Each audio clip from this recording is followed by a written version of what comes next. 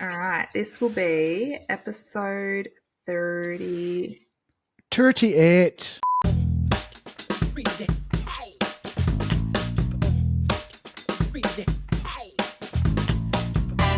Hey guys, welcome to episode 38 of the Remind podcast. I am joined by my co host, David Masterton, and today's episode is going to be all about nourishing your mind. So, if you've been following the podcast for a while, you will know that we are really interested in how we develop our mind, how that goes on to impact the way that we think, act, and behave in our daily lives, and what we can do about that.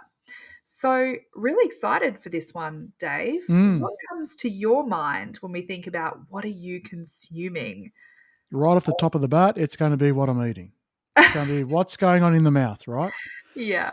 But I know a little inside information that we're probably going to talk a bit more than just what we're eating and stuff like Yeah. that. And I think we But should it's clarify. anything you consume, anything Yeah. that comes in your eyeballs, Yeah. your ears, your mouth, maybe your nose. Sometimes you can't dictate what comes in through your nose, especially in an elevator full of people and things like that. But yeah, I want it's to clarify up front that this is not about nourishing the brain because there are a million podcast episodes out there on various different channels about doing things for brain health. So, what you should eat, how much sleep you should get, hydration, all those kinds of things when it comes to nourishing your brain. And those the physiology, I suppose, what you're they are talking about very right here. important. Yeah. Exactly. They are very, very important. So, obviously, there's a huge connection between the things that we eat and our Mm-hmm. brain health, and also even our mood and emotions and all those kinds of things. That is not what we're talking about in this episode. So, what we're talking about again requires a really clear distinction between the mind and the brain, which, if you've heard us talk about this before, it's really important to get this out there again. The mind and the brain are not the same thing. So, the brain is physical, it has structure, it has function, it exists in time and space, but the mind is metaphysical. It has no structure, no time, no space. And the mind is made up of our thoughts, our beliefs, our values, our morals, our opinions, all of these kinds of things. So, why is it important to understand the influence of what we consume on our mind? Because our mind is the input to the brain. So, the brain, and therefore the physiology of our body in this time and this space, is very, very heavily influenced by the inputs that come from the mind in this time and space. So, it's an important topic. It is. It is. So I guess it just comes down to what are you watching? What are you What are watching, you listening to? listening to directly and Yep. indirectly? And Yep. why? Why are you doing these things? It's sort of like Yeah. the people that are engrossed in what Donald Trump's doing or not doing. Yeah.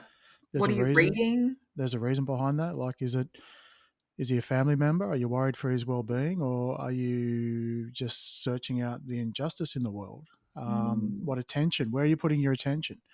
absolutely. What are you What are feeding you back? prioritizing? Yeah, it's really Ab- big. I absolutely. first had, I guess, awareness of this when I started to understand my children and their developing minds. Again, catalyst for almost everything that I know. Mm, But I really started to be conscious around what they were consuming and the influences of that. And this really actually started by observing my phone conversations, because when I was having phone conversations with other people, even if it was just their dad, depending on the content of those conversations, I would observe changes in my kids. okay.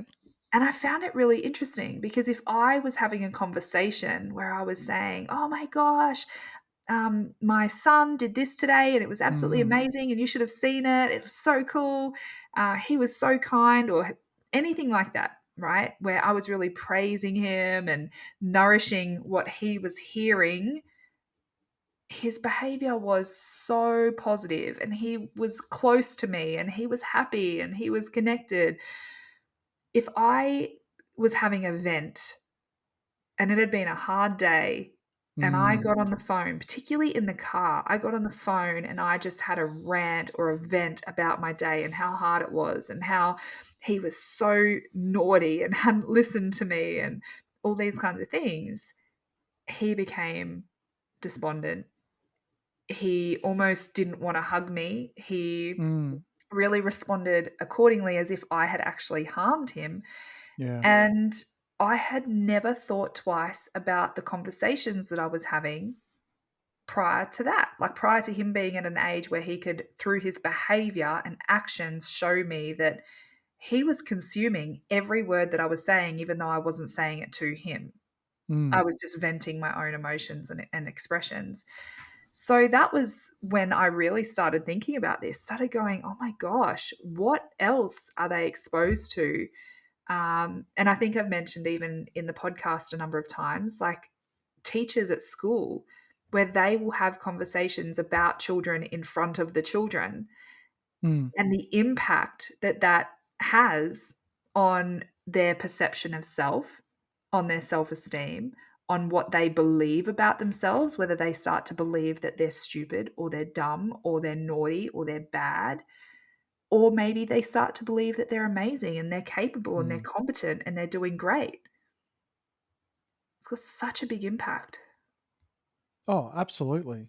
And it's really about when you look at what we consume, even if we just sort of look at, yes, like you start to look at kids, but let's just look at as, say, someone listening to this. Well, congratulations on choosing to consume something which is about, you know, concepts that are about self-improvement. That's what this whole Yeah. podcast is about. Yeah. So welcome, love that you're here. But then you look at the other things that you're consuming, and you think before YouTube and Netflix and the rise of social media, what was possible to consume? Mm. So the things you could only consume back then was broadcast television, Yeah. broadcast radio, newspapers, movies. Have I missed anything out? I think I've covered all of them. Yeah, pretty, I'd say that's Oh, pretty, music. but Sorry. even movies were tricky to access, like, we're talking back in the days of video stores and things Blockbuster. like that. Oh, oh, the Friday Yeah, night blockbuster mission. they Absolutely. they were not as accessible, and also social media wasn't really a thing back then either. Yeah. So So the only way you could actually consume was through mostly, and apart from, and there's some still left over, like the ABC, if you're in Australia, Australian Broadcasting Corporation, the government funded. The rest are funded by ads, yeah. right? So this was a for-profit business. Mm. Now, when you want And to get a huge attention, profit. yeah, and what's the best way to get attention? Like, especially when you think about the news and things like that, news anchors were highly respected. They were sort of, celebrities in their own right. But then you Yeah, look at the media that used to come out. It was you would hear maybe a feel good rod at the end. I remember the news yeah. would start at 6 o'clock and finish at 6:30, and about at 6 6:25, here's a feel good piece Yeah, about a dog who saved a toddler out of a burning tent, yeah, yeah. right? But the other, whatever it is, it's this person's been found guilty of, da, da, da, and this person has Mhm. done this. And, Yeah, when it comes to this sort of corporate greed and, there was no feel good news yeah, around. And then you fast forward to today where we have a plethora of content creators, which is incredible. You can actually choose a little bit more about what you're wanting to consume, but it also brings the other edge of this sword, which is potentially highly extremist views of very certain niche things. yeah, So you can, and one thing that hasn't gone out of style yet is sensationalist or the old shock, yeah, right? There's no such thing as bad publicity kind of thing where you got shock jocks and people are just sort of saying really controversial things. So even comedians now are becoming a lot more open in what they're saying. Yeah. So it's about, now that you've got this massive choice, as opposed to this somewhat sensitized through the governments or through heavily privatized money making machines, you've got it everywhere. And then suddenly, with the advent of social media, everyone's got a voice. Great, love it. Mhm. Who you're listening to, and especially outreach platforms like TikTok, Yeah. it's less to do with who you're following, because the algorithm so goes, well, let me just see if you'll be interested in that. Yeah. And if it piques Yeah. if it piques your interest, like for me on TikTok, it's going to be cop chases. Every now and again, I'll just get this thing where they're just replaying people being chased by the cops because they've done something wrong. You don't know. And then suddenly it's just testing you. Is this something you want to see? And I've been sucked into it maybe once or twice. Yeah. And you go, oh, okay, I'll go to part two. And I see it. And then suddenly you start to realize you're getting a lot more about people evading the law. Yes. And then people evading the law, if you like that, would you like to see people filming while they're breaking the law? Oh, this Mhm. is terrible. Yeah. I'm still consuming it. Yes. And then suddenly you just go down this rabbit hole. Yep. But it's going to come down to, and look, for me, I know, especially with TikTok, if you quickly flick away from these things, they will stop serving it up very, very quickly. Yep. But it's quite interesting how you can really get into it because you're feeding this sense of, I need to see, and for me, I need to see justice, Mm. right? And what's that serving within me? Well, there's something within me that doesn't feel justice. It feels like there's something that's not fair. Yep. And I'm not fixing it, I'm nurturing it. Good boy. Yeah. You can stay there and feel injustice and unfair, and I'll feed you all this feel good stuff of other people doing bad things and getting punished for Yeah. it. Yeah. that's Isn't not that that's crazy? that's not fixing it. As you're speaking, I'm reminded of the Netflix doco called The Social Experiment. Did you ever see it? Was this like with 100 people or something, Ah, or was it I something don't really else? remember. I watched it a while ago, and if you haven't seen it yet, absolutely watch it. Hmm.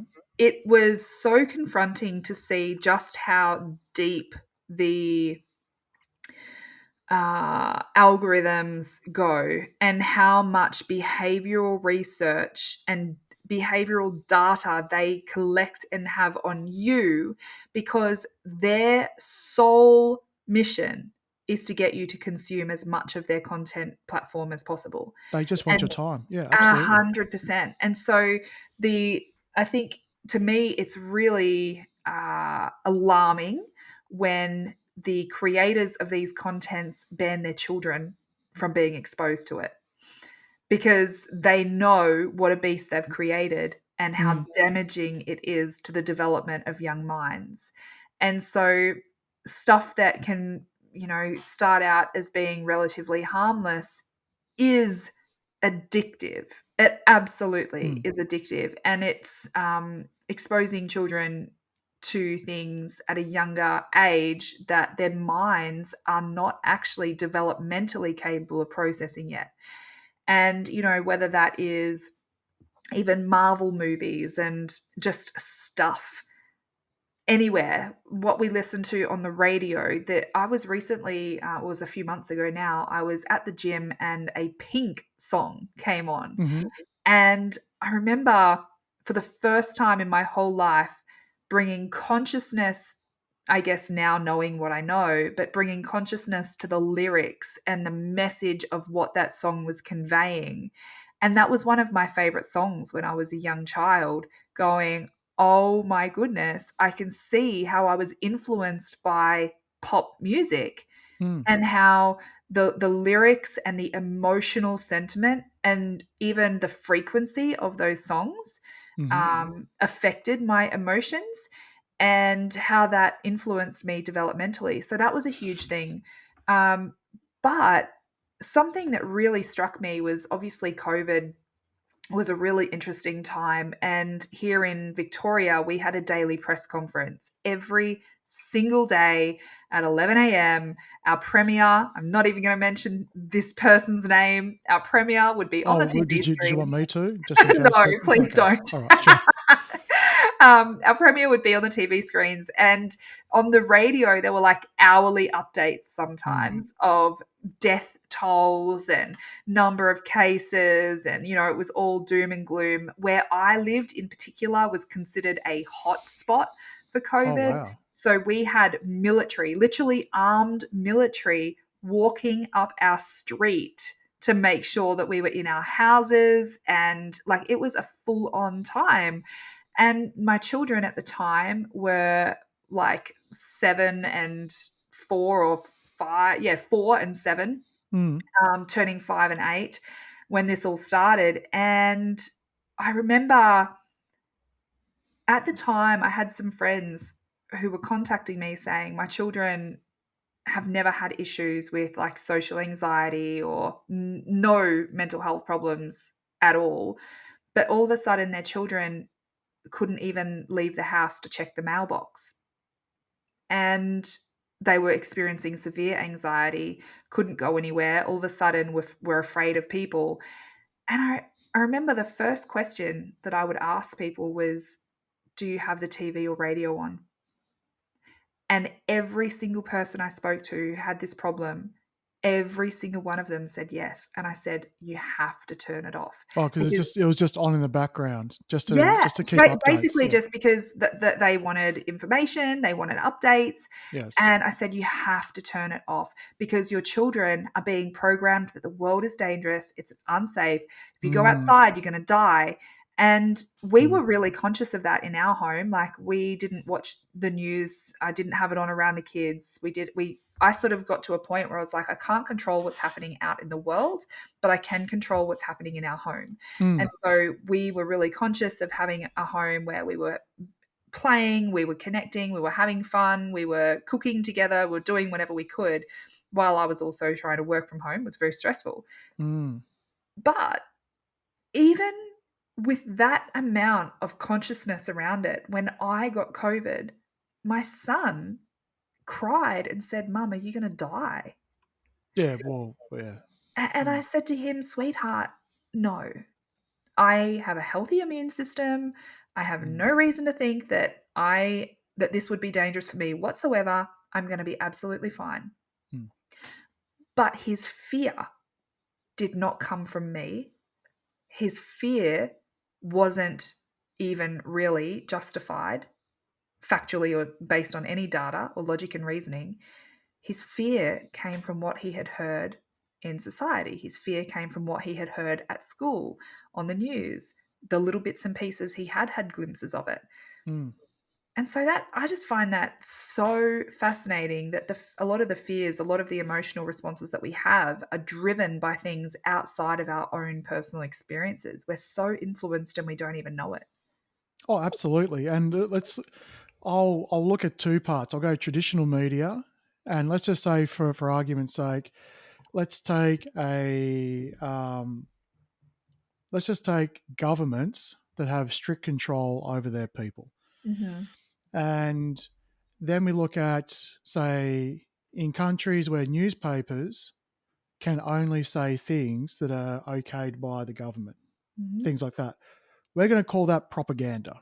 Yeah. And everyone goes, "Ooh, propaganda bad," right?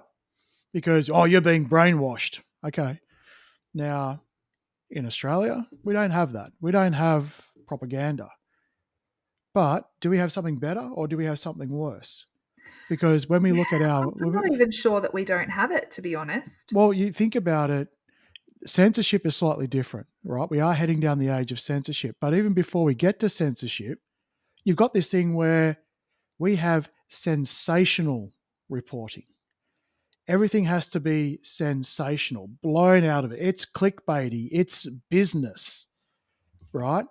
So Mm. suddenly, mainstream sort of just general news doesn't sell unless there's some sort of show or tap dance around it, which is, in my mind, just as bad as just being told one set of like one narrative. We have free speech, but there's a catch. Like Mm. you look at headlines, right? You look at the headline. The headline was the first clickbait ever invented ever, because you read the headline and go, "Oh, I've got to read this article." Oh, it's not as bad as that. Now that's just replaced with YouTube thumbnails or the same sort of headlines on news articles online. You still got to get click into it. And so for starters, like that's already skewed. Now, again, we come back into the content creation side of things. Well, have you ever seen a YouTube thumbnail that's just a little clickbaity and it kind of works? It works. Ours, Absolutely. ours are not. Even sales, like Black Friday sales that were happening relatively recently, and Mm, how much that plays on the human psyche. And you've got, um, you know, a sense of urgency. You've got, like, there are so many, mm. there's a whole entire strand of marketing now called neuromarketing, which is playing on human neuroscience to influence purchasing behavior right down to the neurochemical level and human behavioral Oh, level. is So, this like the fear of missing out? Is this why well, it's a, it like can be, yeah, absolutely. it's a one day only, or a FOMO fear can of be a missing out strategy. because it's now 60% off, but it feels like it's only 20% off what I'd normally play, a week ago. Yeah, there's so Um, many different things. I mm, think that if we went down that rabbit hole, this episode would lose its essence, but next one. maybe. The Um, neuro tricks. yeah, but coming back to the context of what we're talking about nourishing our mind. I Mm, was a university lecturer for 12 years, and one of the assignments that students would have to do was around a behavior change. And quite often, I would have students want to cut back their use of social media. mhm, And a lot of people would have this argument around back and forth around social media. Is it bad or is it good?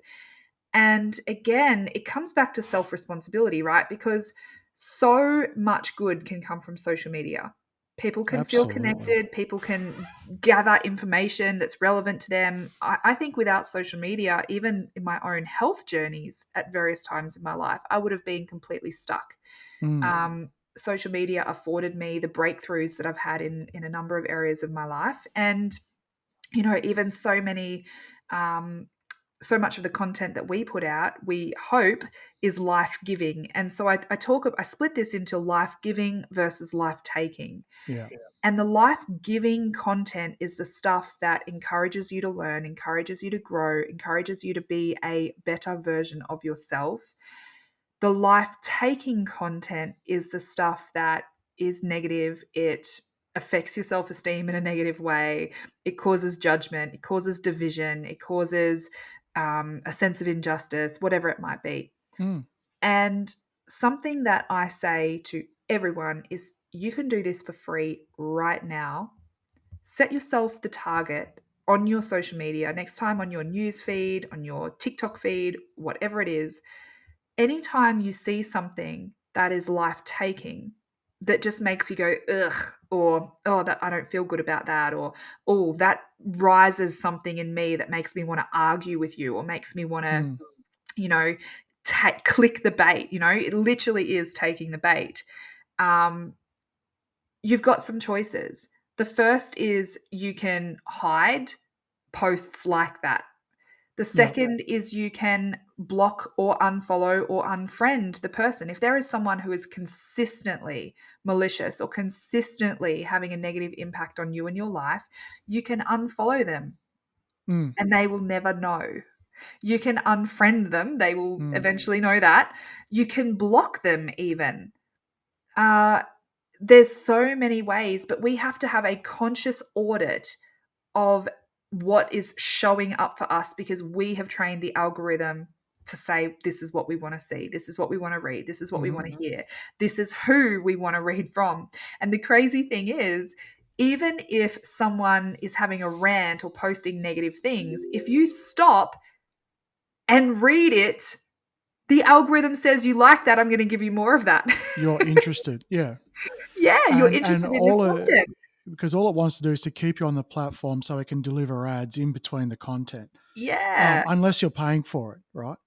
it's And so crazy. But so taking any interest in it, so like on Facebook, absolutely, it's very much dictated by what you follow, and similar to Instagram, but they're even doing a little bit more like suggested posts and things like that. yeah, You more and more and can more.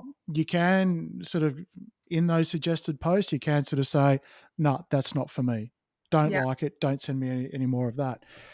Now, when it comes to what's being delivered on Reels, YouTube Shorts, and TikTok, TikTok's obviously the front runner here, where its algorithm really looks at how well do I know this person, what would they like, and can I test them with some other things. And Mhm. the quickest way to train your TikTok feed is anything you don't like or anything that feels like it's going to be negative, flick away. Does do it very, very quickly.